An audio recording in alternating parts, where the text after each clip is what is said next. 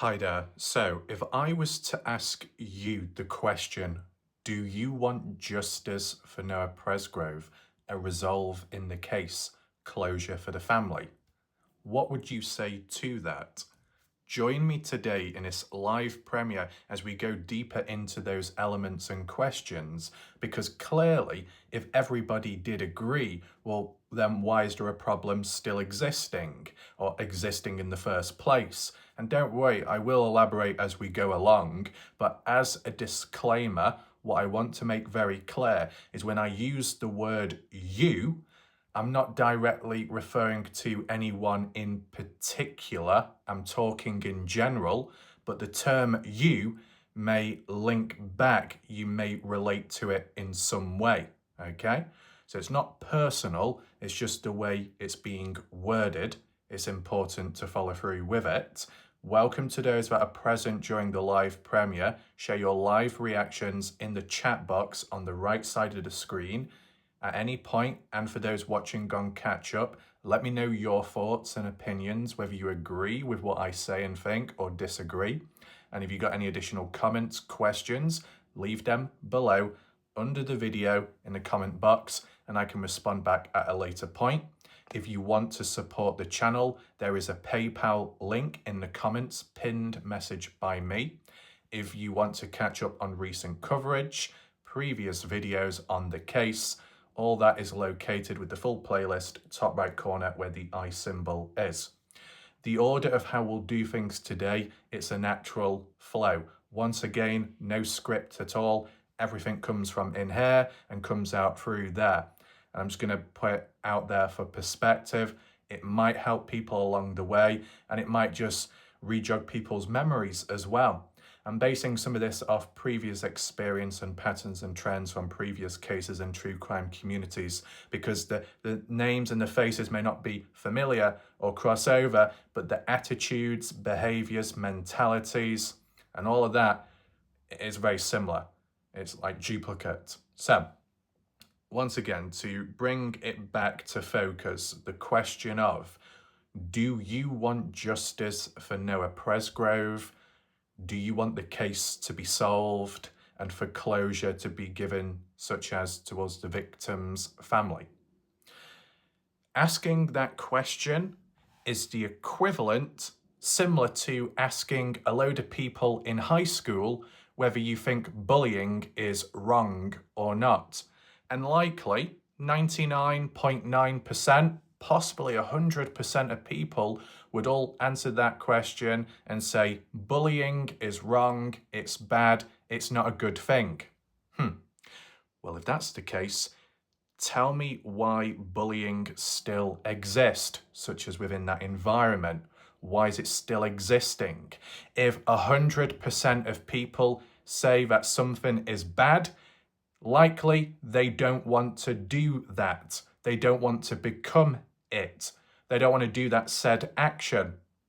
So if 100% of people aren't going to do it because they don't agree with it, they don't think it's a good thing, then why does the problem still exist? It's because there are liars amongst the ranks.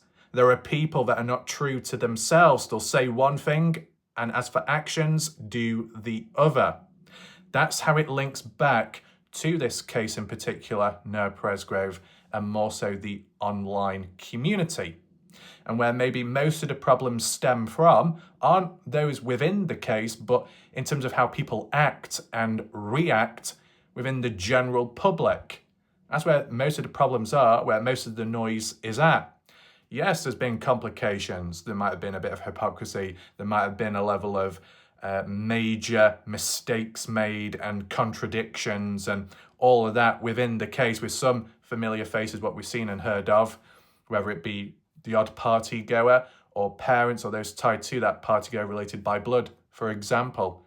That does need to be highlighted, but it's how the general public reacts to that type of stuff, where it can be heightened, intensified for the wrong reasons, where people's outburst to something, small mistake, big mistake, a slip up, whatever, could be detrimental to the case, detrimental to a person's whereabouts, pushing somebody away, pushing them back too much, and then you can't find them again. So it makes it harder to track the case, it makes it harder to learn, and it has a knock-on effect to everybody else that genuinely wants to learn, right? A lot of areas touched upon, but where would one start first? The origins. You need to look at the origins. You yourself may need to look back and reflect. Reflect back on what you got caught up in, what you got caught up with. Did you get dragged in? Did you volunteer to get in the messy situations? Because majority of people within this community will be members of the general public and not directly tied within the case. That's pretty much common sense. And also, most people involved and communicating and interacting in the community are more spectators to some extent and not content creators, such as myself. So what's the difference? Because that's what needs to be acknowledged first of all.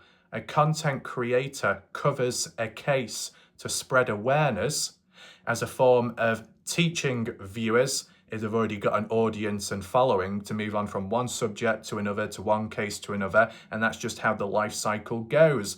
But normally, when it does come to content creators, for example, true crime, mysteries and whatnot, they'll come along, cover the case start to finish or wherever it's at, and then move on to the next thing.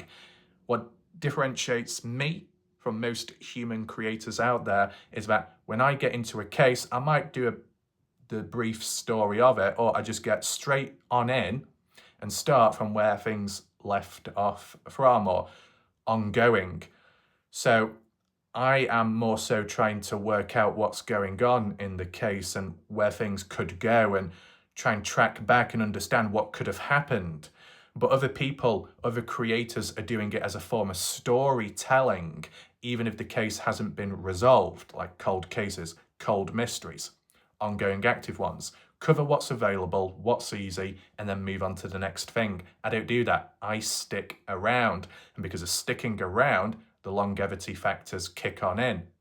And I will see more, I will experience more, I will see more negatives, I'll be on the receiving end of negatives, more so than other creators who just move from one case to another. If you don't stick around, you're not going to become a target. If you stick around long enough, you might be considered a pain in the backside for someone out there in the case who may want to shut you down, put you away, scare you off if there is any foul play involved.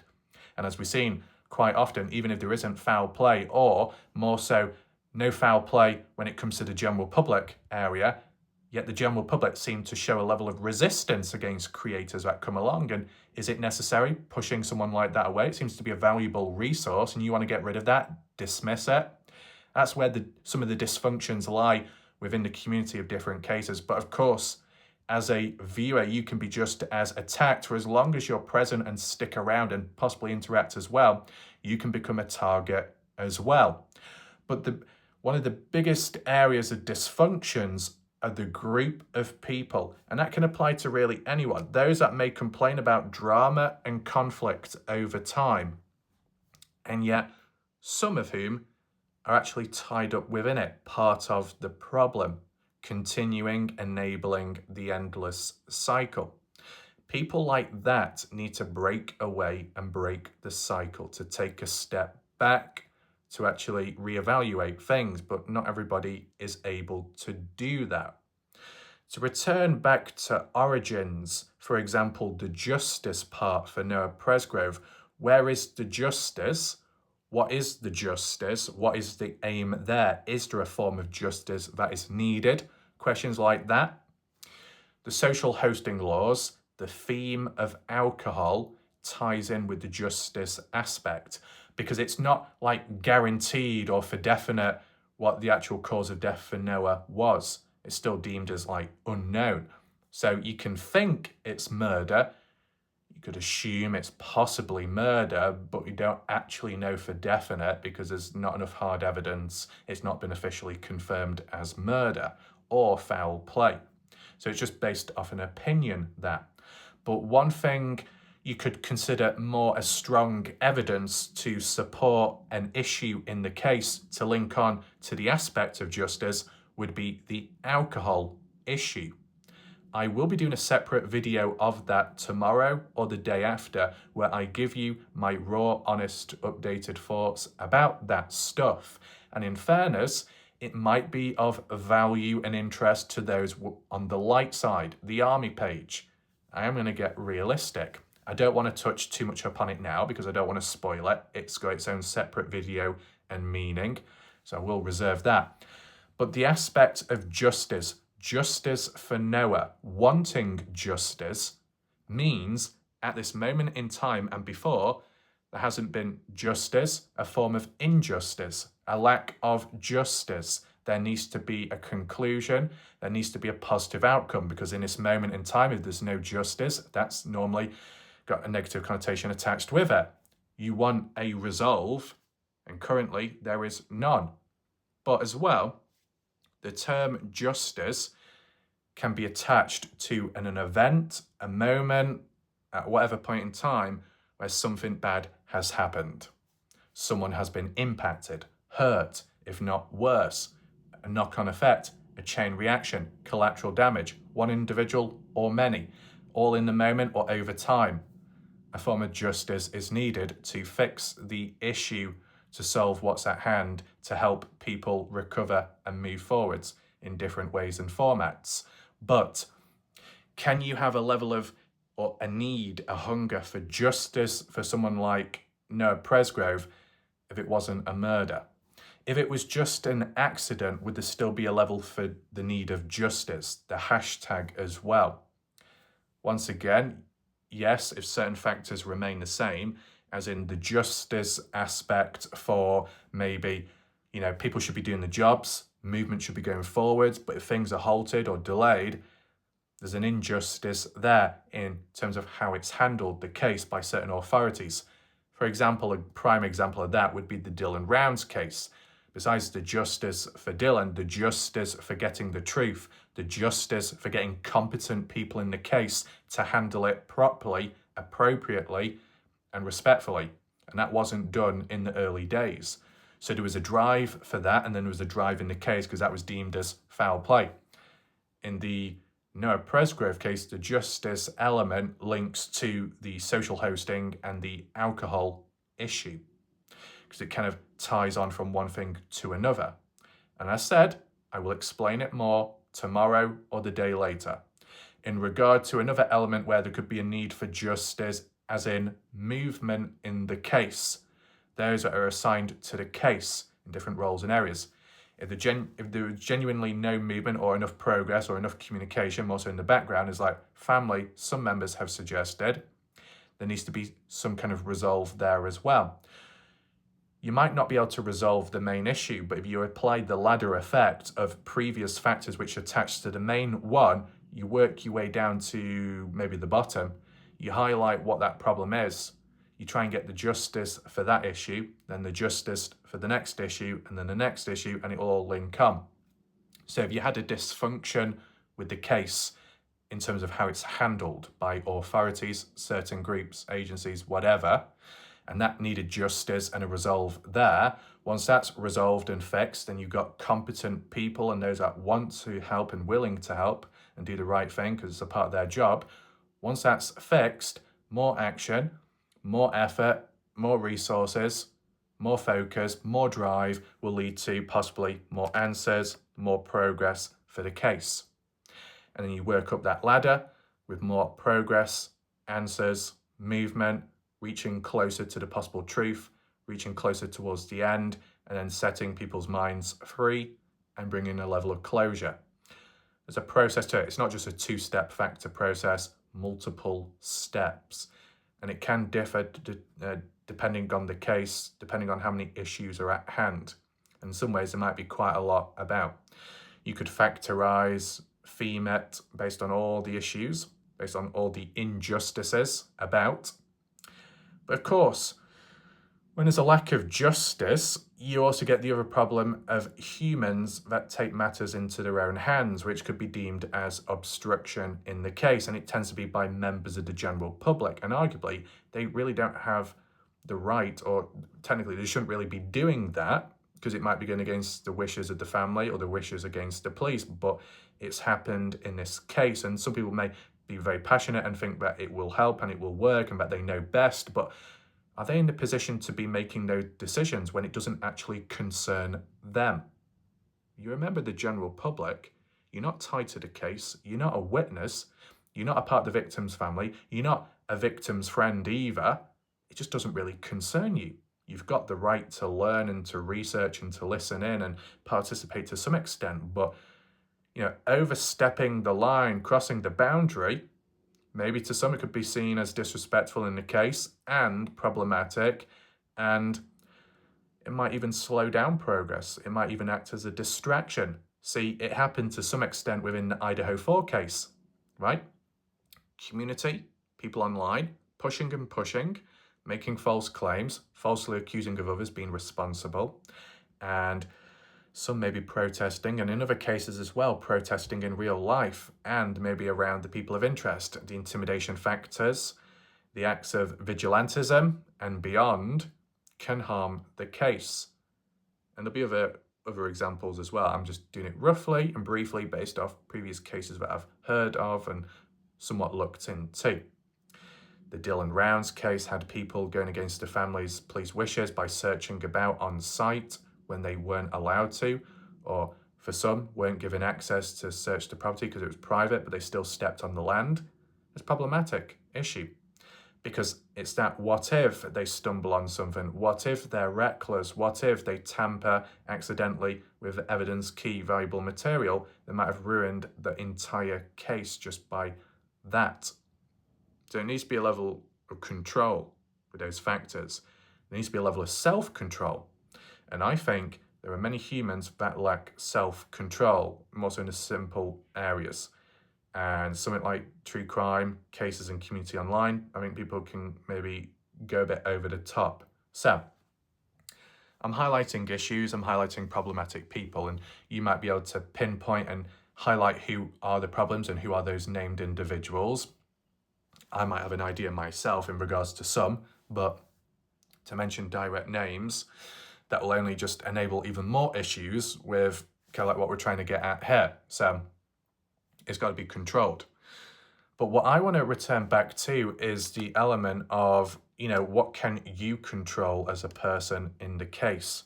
What can you change and adjust to better yourself and to help one another and to have a chain knock-on effect to improve the health of the case and the community? So that's what we can touch upon. But also, when it comes to the creator aspect, there's a difference between me and others. A difference between me and a certain someone out there is that whilst I'm still covering the case from different angles, perspectives, giving theories and ideas and trying to spread awareness, the odd other creator is continuously either harassing me, people that I know of, viewers, and other people out there. Continuous harassment in either videos, more so community post. What good does that do within the case? Threats made, post done, videos, photos, deep fakes without consent, attacking me, insulting me. What good does that do? Is there a good reason behind it? A level of entertainment, but did the other person consent to it? No. So there are issues there. Guidelines are broken, rules are broken. People have broken rules out there, creators, the odd one has. So actions like that, there's got to be another motive behind it. Levels of constant harassment, constant whining and yapping and jumping the gun, being very impetuous, making posts and videos, more so the odd creator out there. And maybe some people on other pages that may post and react to something. It's the reactionary behavior of people where it's a problem as well. That'd be through Chinese whispers. Personal misinterpretation of something, language and wording. Interprets it the wrong way, tells somebody else, and then it spreads and spreads and it gets out of control. And then what are you supposed to believe? So there are issues as well. In terms of going really deep, well, is that possible? I might have touched upon it yesterday in a way. And I'll mention it now before I forget, because I can always return back to previous points or even add on. In my situation, with the coverage that I do, in terms of drama, in terms of conflict, I don't create that. I don't pull myself into that. Some people try and drag me into it. All I do is simply cover it to spread the awareness of the issues and to bring about suggestions of a resolve. That's it. And in other ways, I document what's going on, screenshots, comments, behavior, because of the human behavioral changes within people over time. 1 minute they're okay, next minute they're feral. 1 minute they're nice, next minute they're the Black Widow. 1 minute they're hugging you, next minute they're tearing your head off. 1 minute they're smiling, next minute they turn the opposite way and they've got a very nasty look on them. Two-faced behavior, hypocrites, multiple personalities, who knows? But I think you could say a common theme in this case is quite a few two-faced people, and that's not good or healthy. Leads you into a false sense of security. Can have its own issues there and trust issues. You get on well with someone, or you think you do, you interact, you share, and then what do they do? Stab you in the back. That has a chain reaction of many other problems after that point. And when people screw over one another, it can create trust issues, it can create cautiousness, it can create tenseness within people, and then they then take it out on others, but not intentional. Things get too much, too stressful, things boil over. A chain reaction. All it takes is one bad thing, one bad interaction, then you get collateral damage along the way. You need to fit into an example, a moment of that, where it's beginning to break the cycle. And how do you do that? It's actually pretty simple. And I will mention it now. More so if you're a viewer, you're a consumer, whether that be on YouTube, whether that just be on other social media platforms, you go somewhere to seek information and to learn. Maybe it's limited and there's only so many places you can go to. If you've got limited knowledge yourself and limited access, it might determine where you go as well. Whether that be a private page, a gated community, or a public page and forum. But when it comes to the interaction part, the whole reason why there is conflict, drama, darkness going on is because there are people interacting with one another. You might be causing the problems. You might be enabling the problems. You might be caught up within it, completely unaware that you're a part of the problem. Either you're the main problem, part of the problem, or unfortunately just tied up within it all somehow due to a series tales of unfortunate events, etc. How do you break away from any of that? See, what I have seen, what I know is that there are humans out there that may choose the wrong side, choose the wrong path. And down the line, they see their ways and supposedly make changes, then a day or two later, they return back to their old ways. Goldfish mentality, and you wonder why things don't change.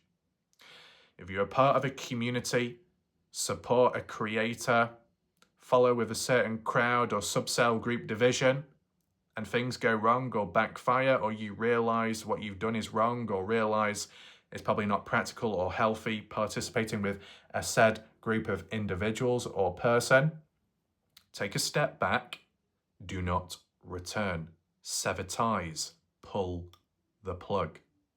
What you got to realize and ask yourself, of course, because it will differ from person to person, when it comes to life, the people that are around you, if you're in a relationship, that's important. That's what matters more. If you've got a family, if you've got connections there, or if you've got friends in real life, that's what you focus on first. When it comes to a case, true crime related, if you're just a member of the general public, likely you got involved because it was voluntary. You made the choice to get involved in the case and learn. Then you made the choice from there on to participate to a varying level of activity. Whether you're just a listener, a consumer, an active participator, a creator, causation of things in the case, good or bad, comes down to personal choice. Unless you're tied up in the case, associated with the victim's family and friends, there'll be other reasons there. But for most part of it, the general public make the decision to learn about a case because they want to learn, either as a form of entertainment, educational entertainment, to pass some time, because they just so happen to follow a creator, so they'll just go wherever that creator does as a form of support and loyalty. You might get involved because a friend or someone you know of recommended it to you. The other area where it is unfortunate is if there is already drama going on in a case and community, whether it runs hand in parallel to the case, or it's a petty side thing that's got caught up in the case like a tornado, where an innocent random stranger who just so happens to be friends or knows of someone that is actively participating in the case as a victim on the receiving end, or as a problem or a causation enabling factor, who then somehow directly or indirectly drags in that random innocent person off the street, not literally, and drags them into a black hole. And you get tangled up within it all. At times with drama and conflict, people will stand their grounds because what they believe in, and they defending themselves, and it's important to follow through with that, or defending someone else. But there will be a time and place for it, and if it can be eliminated to begin with, that's where you should be starting first. So you look back at the origins. And to refer back to the original question that I asked people in general with this case, do you want justice for Noah Presgrove? Do you want resolve? If everybody did, then technically there shouldn't be any conflict, any attacks whatsoever. There will always be disagreements, but you can disagree without attacking someone, without insulting someone in an overkill way.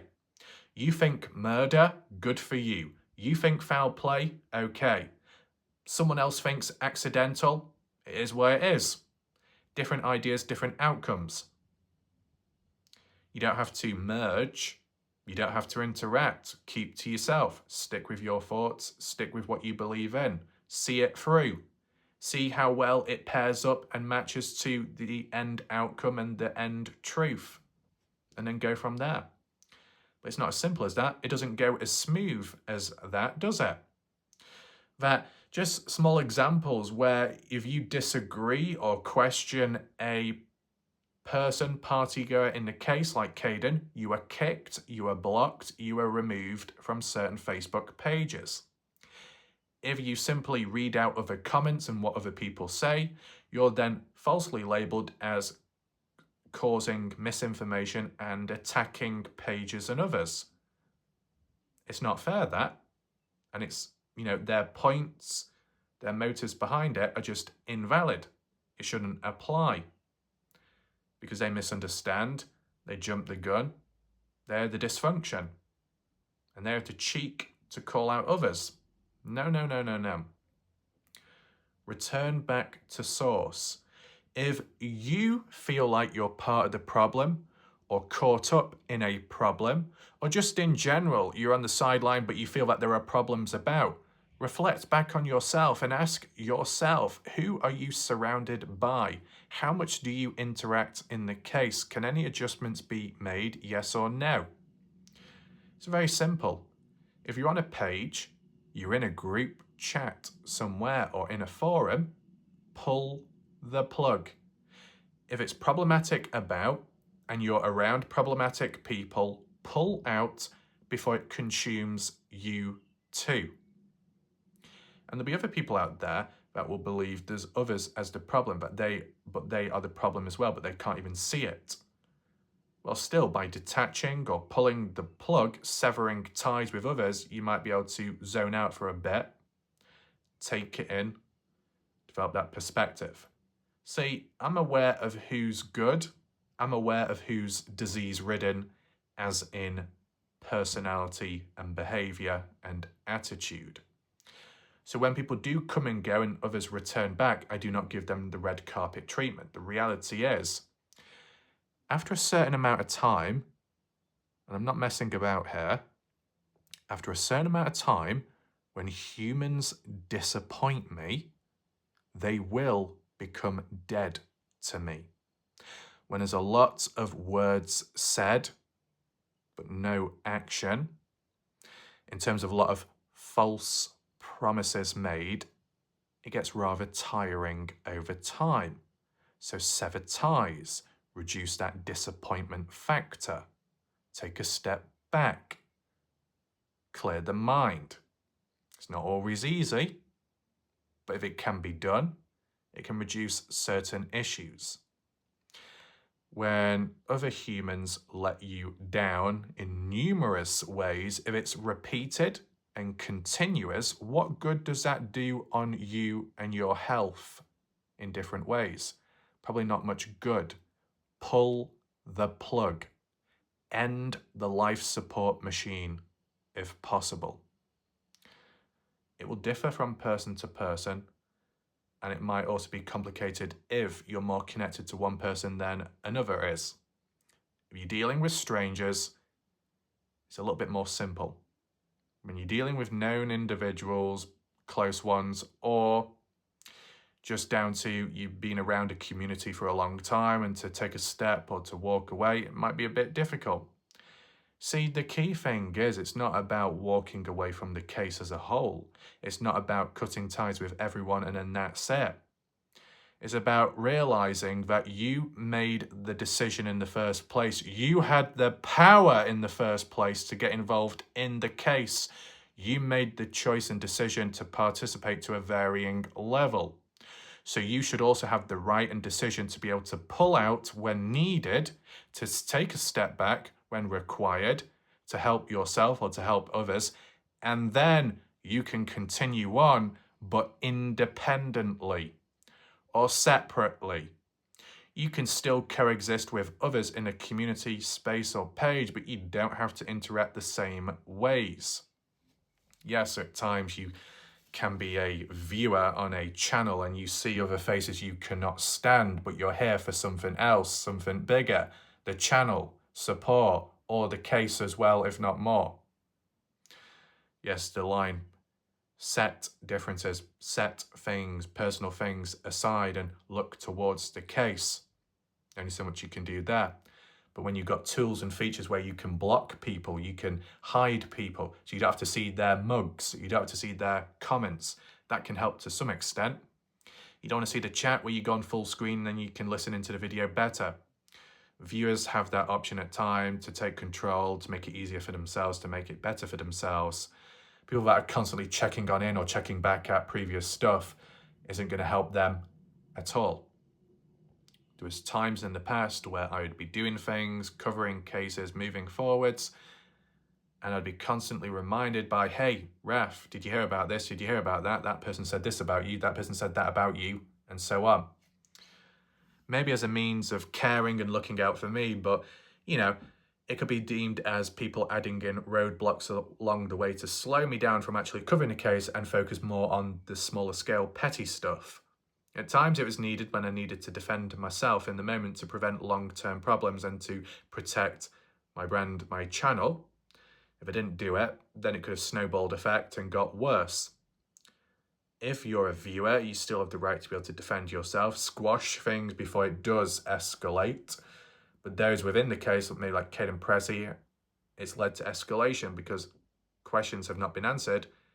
Caden could have helped in that sense, and he would have helped himself even more and been better off, but it just didn't happen. Too little, too late. But is it too late for viewers? Too late for people in the community to make certain changes? And this is not some kind of motivational positivity. Scrap that bollocks. This is realisticness. This is WarLike Wrath mentality. Get a grip, okay? Break the cycle. Because If I tie it in with my own personal encounters and observations, there is a handful of people that may detest or not like the way certain things are, while still making the same decisions and actions day in, day out to participate over there, over here, on that channel, and you wonder why things don't change. You go over to another place which is known for attacking and harassing me and some other people, sexual deviant activity, constant harassment, threats of suing people left, right and centre, threats of revealing locations, deepfake edits done, photos used without a person's consent or disclosing AI usage, breaking multiple YouTube guidelines, and you honestly think that's normal? You honestly go over there and support people, things like that? You need to reevaluate yourself immediately. Humans have the choice to go wherever, but if they're so lackadaisical, dipsy-daisy, and they cannot see it, they cannot see the problem, and they're around the problem, and they're supporting the problem, they are the problem as well. I've seen it too often. I saw it in the Dylan Rounds case. The creator is bad enough for starting it. The creator is twisted enough for attacking another creator trying to cover the case and push them away. But the people that are even worse can be the audience. They're the biggest voters in numbers. One creator can only do so much, but a backing of 100 audience members, if not thousands, can be the deciding factor.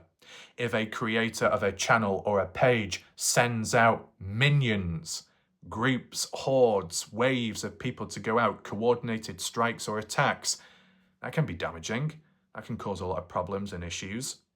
That is a cult-like mentality, and people are so vulnerable or past it, they've been indoctrinated, brainwashed, there's a level of compliance, frequency, control, and people are ordered or just go along with it to please their masters, to do all kinds of chaos and trouble in a case.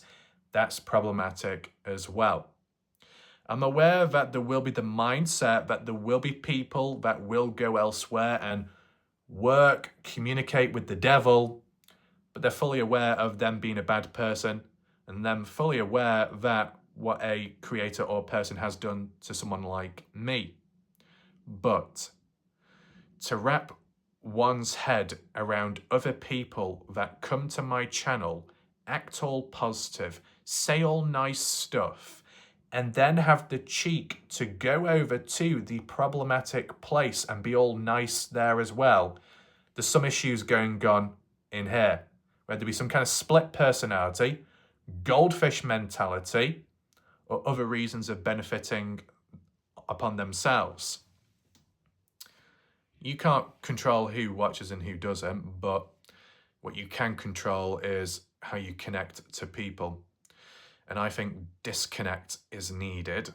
I think pulling the plug is definitely needed, because at the end of the day, while some like to go on, like Jan Fiorillo, and falsely claim and say, WarLike Wrath relies on everything from here and there on Facebook, and without it, he would have nothing. And maybe Justin and some of his, there'd be zero content. If people did their research, they would know that I've handled cases and material which is very limited and sparse, but I still managed to do my own videos. Whether it was deemed as good enough or not, I was still able to make my own videos, and that's exactly what I can do here at times. And that might come about more recently. It's been demonstrated in the past. Of course, if there is other material to work with and it comes from elsewhere, then it needs to be looked into and acknowledged as well. And always giving credit, that should at least be acknowledged, but not everybody is appreciative of that. So that's very unfortunate. But besides that all, in terms of the coverage and what's done, there is a process to it and a timing of when it's needed and when it's not. Something prioritize others. But if other people pulled the plug on the case, like, Partners in True Crime, they've taken a step back. What have we lost? Have we gone backwards? Not really. And even if they said that they were returning, not seen a return yet publicly on the surface level. It's just about understanding what can be lost and is it a big deal? Is it really the end of the world? And you can reflect that upon yourself when you make the decisions of how you participate in a case and a community. Are you part of the problem? Are you the problem? Are you unknowingly the problem? Are you just simply caught up within toxic people and you need to get away before it consumes yourself? By pulling the plug, what do you have to lose? Arguably speaking, people that have responsibilities in life, people that may have a family in life, people that may have children in life, people that may be in a relationship with someone in life, have more to lose if they stick around longer in a case compared to if they was to pull away from a case. Why? Because it's been demonstrated over time and with people's own experiences reaching out, that for as long as they're stuck around in a case which could be problematic and toxic and they're caught up within that, it's ended up leaking into everyday real life. Online problems with strangers and unknown individuals leaking in to face real life with people that you get on well with normally. A separate indirect factor then has then caused problems in real life. That's a cause for concern. It's consuming, it's taking over. People that may stick around on a case and be really locked in with it and like really focused and put all the time into it, end up neglecting people in real life or situations or responsibilities. That can have its own knock-on effect. You know, responsibilities can be distorted, actions can be paused or halted because of a case. And at the end of the day, you've got to remind yourself what's more important: participating in a case community, the community aspect itself, the community drama and conflict, at the cost of losing what you have in real life. What do you value more? What do you put first more? Once you've made that decision, then you know what to pull the plug on. And even if you were uncertain at that point, you ask yourself, if you had what you had in real life and everything that you've worked for or got lucky to obtain, or people you've passed by and now connected with, and you have that and you want to hold on to it, by pulling away from a case, you're not going to lose it. But by sticking around in a case, there's high chances that you are going to lose it because of the stress that can be applied and attached to it. The indirect links and actions as well. You might be associated with a case, but a loved one, someone that you're with, may have nothing to do with the case, but somehow they still get dragged in. Or if you've got children, they get dragged into the case because it all stems back to you and how you act and the decisions that you make.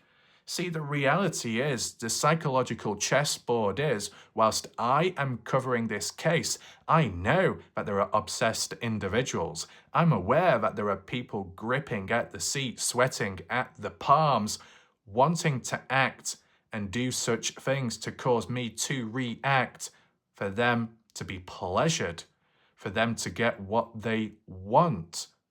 But sometimes, even if you are the main foundations, what will somebody do? Target the weak points. Hence why indirect people and strangers to the case, but people that you may know of, get dragged in. They target your weak spots, your weak points. They will target people that you care about, drag them in, attack or harass to get you to react. Do you sit back and do nothing, or do you take action? Well, the moment you take action is the moment you've got to make your choices carefully, because if you do act out, it plays into their hand, it gives them ammunition, it gives them material to weaponize and then use against you much further. And for most of it, people can be very protective, emotionally connected for the right reasons, and looking out for people and close ones and loved ones for the right reasons. But because it's all very overly emotionally charged, that in the moment and in the heat of the moment, most of the time, the actions, reactions can be a bit over the top and done incorrectly, plays into other people's hands, they benefit, and then they've got a hold of you over time. You don't have to sit back like a psychopath, but what you can do is just make adjustments in how you respond. Justin Roy is a prime example. Being on the receiving end of stuff, other people he may know of has been on the receiving end, but how he responds with the lack of context at times doesn't help the situation. How he pushes back or acts like a broken record without actually helping, assisting, or giving a clear response, or taking a bit of accountability at times, it just further enhances the problem. So at sometimes people that don't take accountability, it'll just prolong the issues and drag it on and make it worse.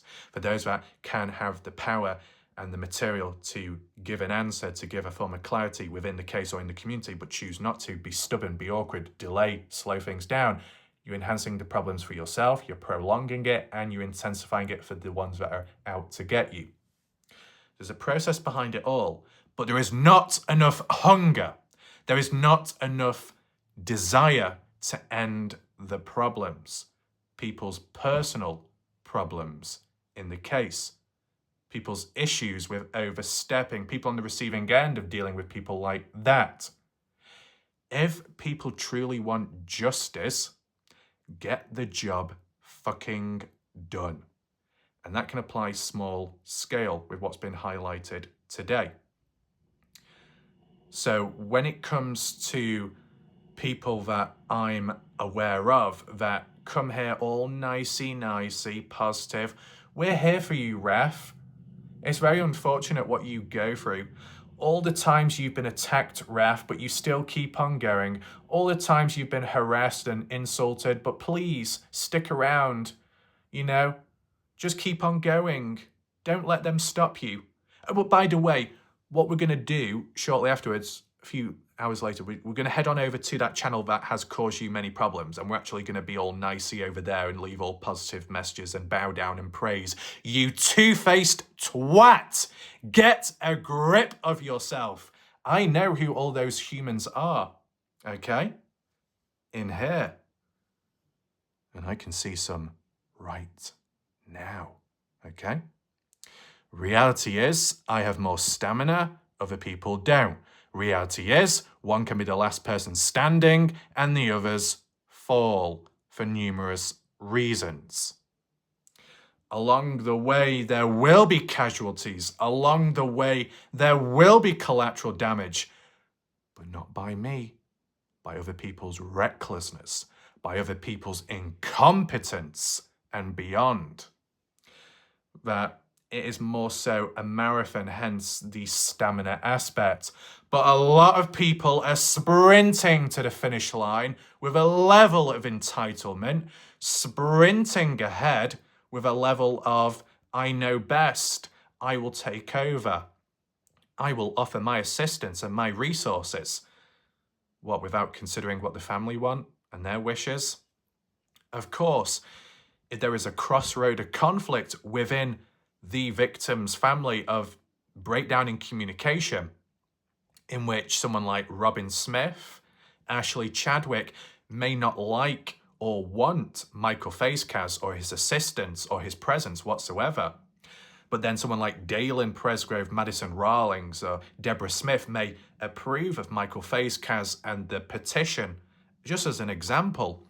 But then that's a very sticky situation. And that does not link back to the community aspect problem. It links back to an inner family problem and dysfunction, which needs to be addressed and acknowledged and resolved as soon as possible. But supposedly it hasn't been. Another problem would be the situation with the light side and the dark side at heads with one another. Some from the dark side say Noah's personal possessions and stuff have been returned back to family. People from the light side say, well, no, the family haven't acknowledged that. So the light side and the dark side take it out on each other with the disagreements, insults, threats, harassment, more, bullying possibly, and it gets very messy and very bad. But an example, a situation like that, the dark side, what they may know, what they may think, what they may believe in, even if it doesn't tie in line with what the light side believe in, and from their perspective, that example, the light side and the dark side do not need to attack one another whatsoever. What needs to be addressed and highlighted is the fact and reality is you supposedly got Robin Smith, Ashley Chadwick that say no items like the wallet, the hat, the top, the shoe, things like that, they have not been returned back. If other family members say that they have been returned back, we've got a major dysfunction within that family as for communication. And they're important within the case when it comes to them learning, them receiving information, and then how they pass that on, pass that down to family members, immediate family members, second-hand family members, and beyond, and then the general public. If there is a dysfunction at any point when the signals pass on through, when it reaches that dysfunction, that signal, that message may not pass on to the next responder. Or it may change in patterns. It might change in structure. It might change in context. Misunderstood, misinterpreted, breakdown in communication, passed on, and then misinformation or disinformation, depending on who it is then caused and then spreads like a disease. Trace back to the origins at the root of problems and issues. When you had an incompetent channel out there still present that decided to take it upon themselves to obsess and fantasize about me and supposedly see me as an issue and then start attacking me when I wasn't to begin with, it stemmed from elsewhere, that they had problems with others from elsewhere. Go back to those roots, not me. I am not a tree, okay? Trace it back to where it came from in the first place. The moment you start going off in different routes, tangents, and then attacking other people, either you make more enemies and makes it harder for yourself down the line, or you spread yourself out too far and wide, but then you completely lose track and sense of where you're really at, and then you start to lose your marbles completely, and it all burns down from there, okay? The countless humans that have decided to burn bridges down, whether that be for petty reasons or disagreements and beyond, you've denied yourself of learning. Congratulations. You've denied and screwed other people over of learning. Well fucking done. Right? And I think it might come down to the reality is that there are more problematic people than expected, and people that think that themselves of being okay might be a shock to themselves, that they might be the part of the problem too. But I cannot get over the sheer incompetence of humans that come here specifically, comment and say what they say, more so positively, then have the cheek to go elsewhere whilst highlighting and acknowledging the problems and what's problematic and who is problematic and who is a bad person, but then still participate elsewhere where that problem is and be all nicey there. Unless there is a hidden agenda in which people will go elsewhere as like a spy or informant, gain somebody's trust, gain information, and then stab them in the back later, then come back to me and say, hey, we're looking out for you. I can respect that. Has it happened? Not to my knowledge. But I do remember in the Dylan Rounds case, some people absolutely detested others out there. And they came to my channel, sought refuge, shelter, and appreciated my coverage and presence. Then they returned back to those dark places, but just to listen in, just to learn, and then relay it back to me, to help, to assist, to document, to get screenshots, to get proof, whatever it is, to look out for one another. That's a good action. But there are many other humans over time that are dipsy-daisy, lackadaisical plums that will have a head in the cloud and skip about like there's no problems, whilst highlighting a problem, while still participating in the problem and being around the problem and wonder why the problems still exist. Get a grip. Reflect immediately. It's not that difficult unless you're vulnerable, unless you're trapped in a stranglehold across different areas, channels and depths. Then maybe there are strings that pull in some directions when you pull in the opposite way, but you're trapped and there's not much you can do. But there've been planks as well in the Dylan Rounds case that's claimed, and to be honest, I see it quite a lot in life. Oh, I'm a victim. Oh, I'm a victim. Oh, I'm vulnerable. Oh, I've been through this. Oh, I've been through that. Have you really? Or is it exaggerated? Is it just added for effect? I've come across a lot of cancerous humans that like to relate themselves to me, and down the line I find out they're absolutely nothing like me. They have not experienced what I have experienced. See, the difference is with me that separates myself from most humans is if I don't relate, then I'm not going to try to relate. I'm not going to force to relate. If I've not experienced something, then I haven't. And I make that clear towards another human. But I still, on the sideline, have the ability, which most don't, in terms of being able to understand a situation which others have gone through, which I haven't. And people like to say, Ref, you don't know what it's really like because you haven't experienced it. Bitch, please, I have it under control. When I say I've got it under control, it is. And just as a little demonstration, there'll be some humans that will say, because of the tone, pitch, and voice raising of, in this example, that's a highlight of control being lost if you've got to raise your voice. No, I'm just simply doing it because I feel like it. It's a personal choice, and that is all. There is no voices to overspeak one another because I am the only one talking, so there are no issues there, okay? It's just personal choice when it comes to pitch changes. If I wanted to do a Mexican accent right now, or a Chinese accent, or a Ugandan accent whilst telling people off and maybe getting the belt out, then that's what I will do because it's a personal choice. If I want to get on my knees, bark like a dog, and transcribe it with subtitles using old Roy Boy dog food on the screen, then that's what I will do. But at this moment in time, I don't think that's necessary, okay? So hopefully people understand where one's coming from there, but to return back to that psychological chessboard game, it will be applied by different people with time to pull the strings, to pull the wires to gain a reaction. And if you fall for it, they benefit. Pull the plug so they do not benefit, okay? So, is there any other areas that need to be highlighted? If you're in a group chat and if you're familiar with people, faces and names, and you've been on the receiving end in a good way of someone, or you're soon to be in the good books of someone, but you know what they're like, you know what they've done, be cautious. It's free to be cautious. Doesn't cost anything. Take that into mind. The concept of when people do share stuff. The other thing what I'll tie in as well. When people are supposedly aware and should be aware if they have to cheat to stick around long enough elsewhere on disease-ridden places, platforms, and presence of humans. You check the community posts, you check a post somewhere and someone has leaked a conversation, a DM, then why do you think it's a good idea to then go off to that person to have a private conversation with them and then be shocked afterwards that it was leaked or revealed? It's almost as stupid as you're very well aware and have been made aware that there is a notorious rapist that has done over 10 million people from all ends and holes, and you think it's a good idea to hang around them, and you think nothing's going to happen. Get a grip. Use common sense.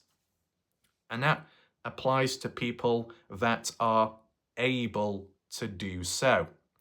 Because on the sideline, when some people are not able to function the same way, or there might be certain limitations in different ways or levels of vulnerabilities, there's only so much people like that can do, okay? So it's about showing that balance there. You can't expect everyone to act and react the same way, and especially those that may find it more difficult. But I think there's a range of competent people to some extent that are aware, but either they've got their heads rammed up so far up their arse, or they're purposely doing it for other reasons. Some of it is faked, other bits because they might be a bit dipsy-daisy. Some just need to wake up. Different elements, different factors associated with different people. But, you know, with the way the case has gone, the way people have acted and more so reacted to different things, that's why we are where we are now. And humans that are lurking, specifically those that may detest, those that may complain and whinge and whine, who are listening into this, it's of use to actually listen, look and learn, right? And I am somewhat confident that humans will not follow upon this, but this is just part of the process, something that is needed and something that would normally be done regardless.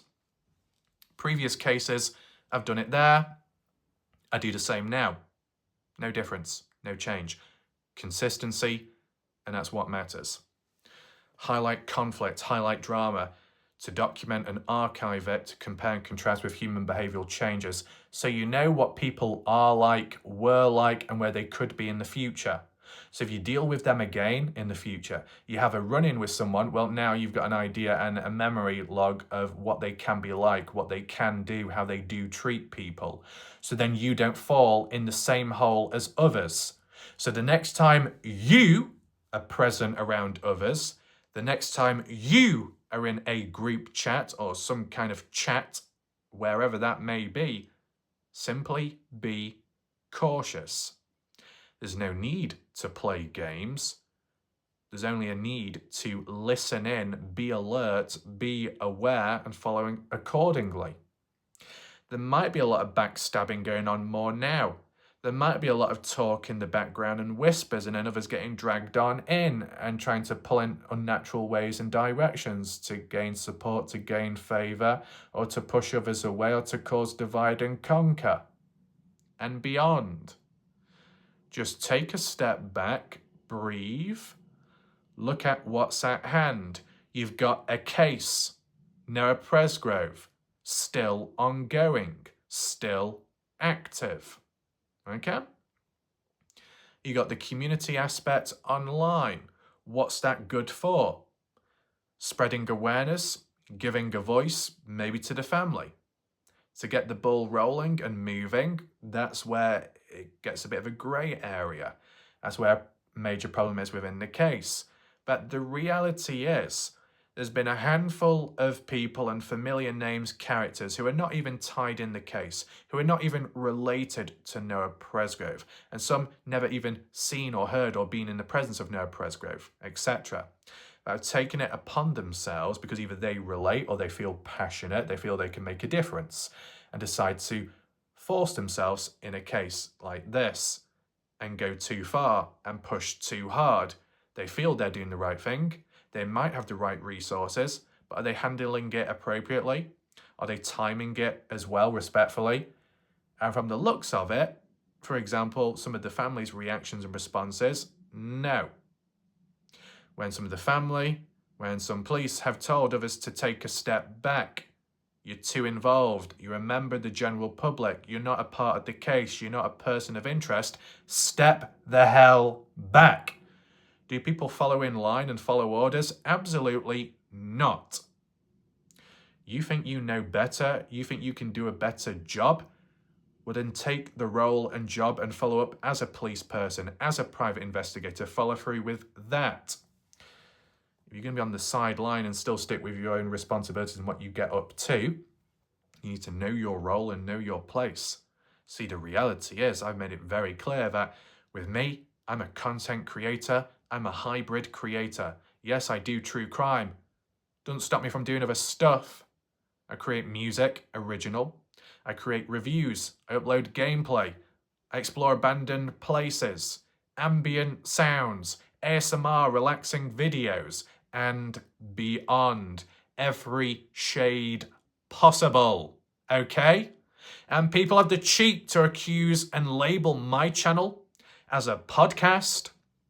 Justin Roy, till this day, calls my channel a podcast. Excuse me? Nope, not at all. I'm a content creator, uploading various different videos and short clips as well if people do their research. Okay? And in terms of how the coverage is done, the self-awareness that I'm here to keep a case alive, here to try and learn, to try and help other people learn, to stick around for as long as practical, then maybe return to a previous case or move on to something different, right? As long as there is something to cover, then it will be covered. As simple as. Observe the psychological factors as well. Monitor the human behavioral shifts and changes too, because it will help others, because it will help the channel with time, with future cases, so then one knows how to deal with the same type of problematic human behavior as seen in the past, but now handled better. There is a plan in place. There is a long-term aspect in place. But can the same be said about other humans, though, in communities who are just simply viewers and consumers and members of the general public? Do they know what they're doing? Are they really aware? Are they self-aware of the position that they're in? What they can do, what they can't do, what they should do, what they shouldn't do? What changes can be implemented? Adjustments that can be made to better themselves or better the case? I don't think so. And will people change? Well, based off the past and other humans in the past and how they were, absolutely not a chance. You look back to the Dylan Rounds case of 2022. Drama and conflict in 2022. Personal issues, pettiness with one another, just happen to be in the same room, the same case and community, attacking one another, going beyond, going in real life as well, and impacting children as well and beyond, and splitting up all kinds of things and causing all kinds of trouble. That happened in 2022. People didn't set the differences aside. They brought it in like a tornado, which then latched onto the case for as long as the people stuck around for, and that was for years.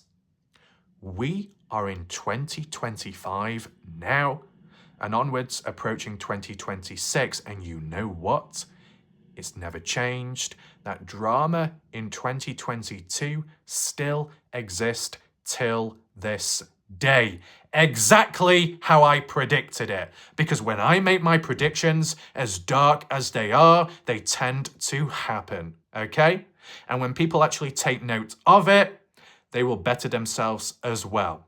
The lost causes along the way which disrespect or go against it will find themselves in an endless cycle or loop. A vicious, never-ending cycle. That's on you, okay? And that applies all over the place. I'm aware on the sideline that there will be cretins that are present, scuttling around, that will falsely interpret this video, the tone and pace of it, and make all kinds of false claims. I am already many steps ahead of that because I have seen it before in the past. And why do humans do that? What's the motive behind it? A level of desperation because there is nothing else to do. Now, on the sideline, when some people say, does this drama and conflict really need to happen? It needs to stop. Well, ask yourself, has this case reached a bit of a dead end, at least publicly, on the surface level? Does it feel like that there are no more updates from the family to more so the police? Does it feel like things have hit a brick wall?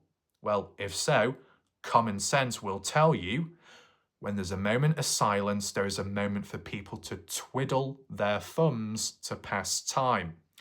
And when you've got time to think, you've got more time to critique, more time to attack, more time to whinge and whine. So when it comes to a case like this in the community, whether that be reflecting back on previous stuff or the current situations, disagreements or not, then it can lead to pettiness and drama because there is nothing better to do, nothing better to talk about. What would be the other way to move forward if people just didn't talk whatsoever? But then it could mean that the case dies. But arguably, if there's at least one or two people that can single-handedly keep the case alive on a particular platform or page, that can be good enough, right? So, through various experience, lengths and depths, that with time, that when things have gone quiet, when cases have reached a bit of a dead halt, what has WarLike Wrath done?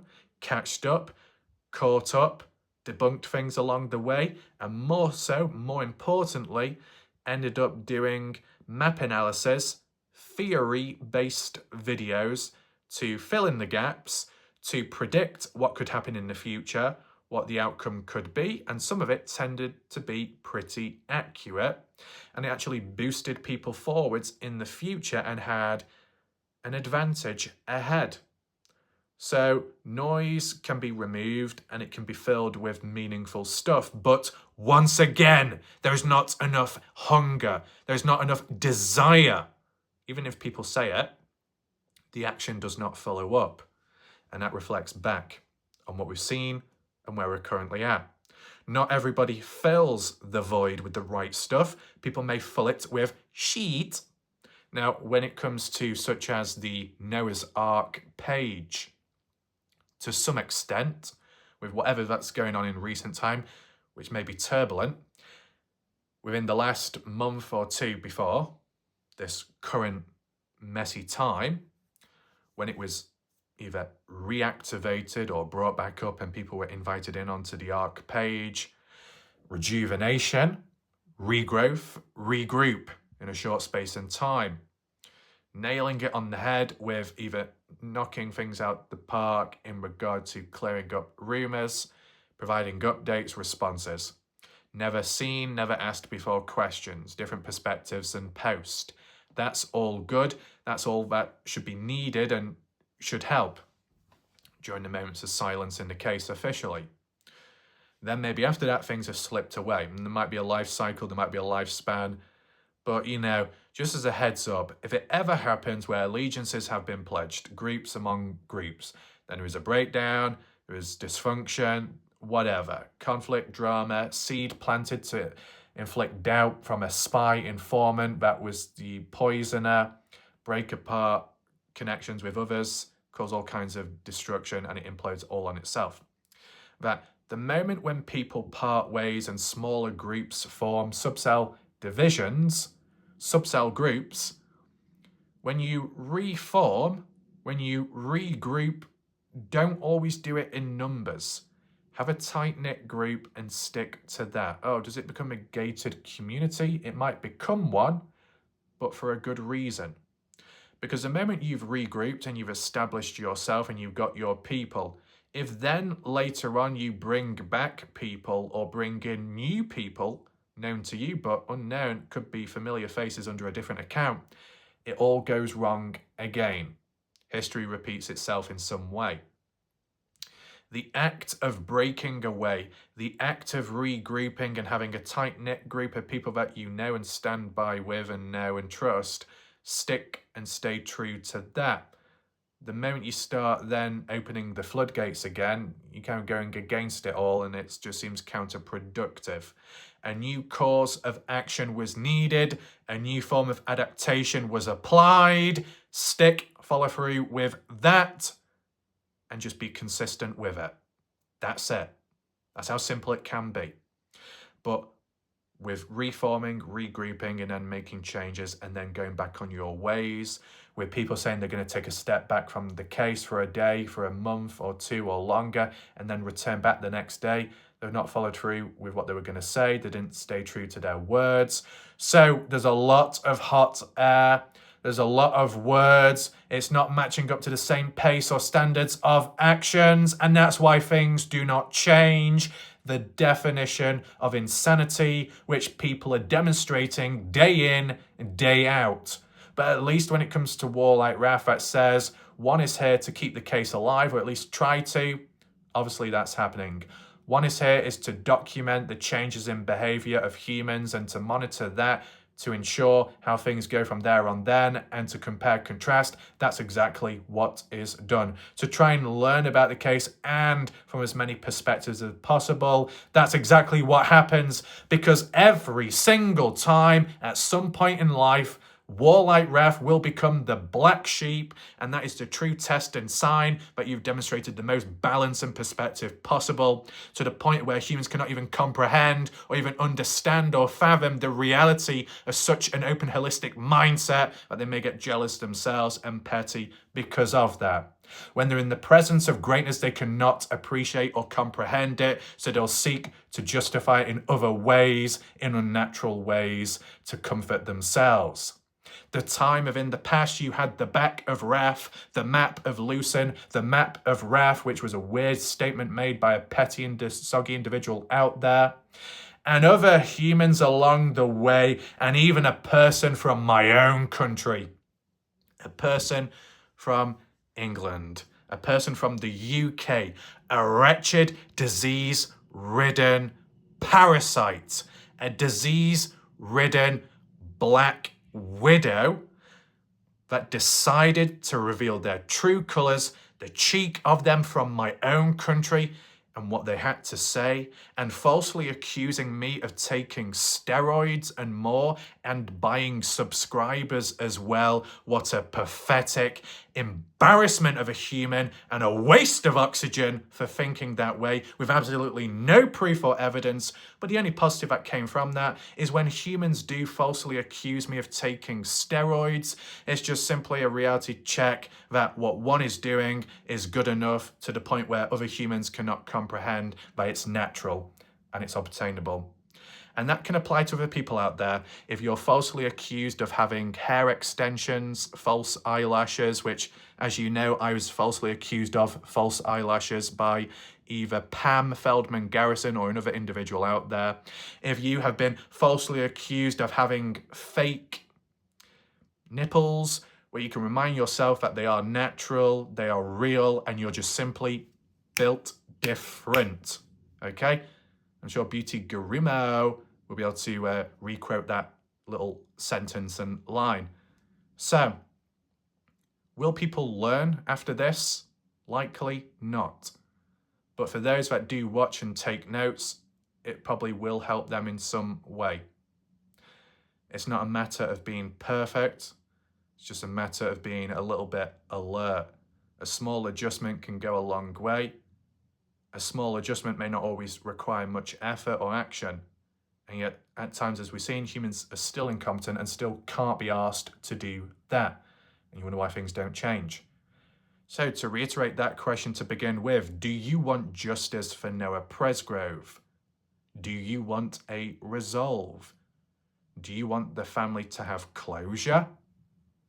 Well, maybe reflect back on yourself and your previous actions, and does it match and align with it all? You don't have to let me know. Let yourself know when your eyes shut and you go to sleep and your subconscious, unconscious mind opens up finally. Okay? My name is WarLike Wrath. I will see you next time. More videos to come. And I think the next one will be to do with the theme of alcohol, just using common sense and putting it into perspective there.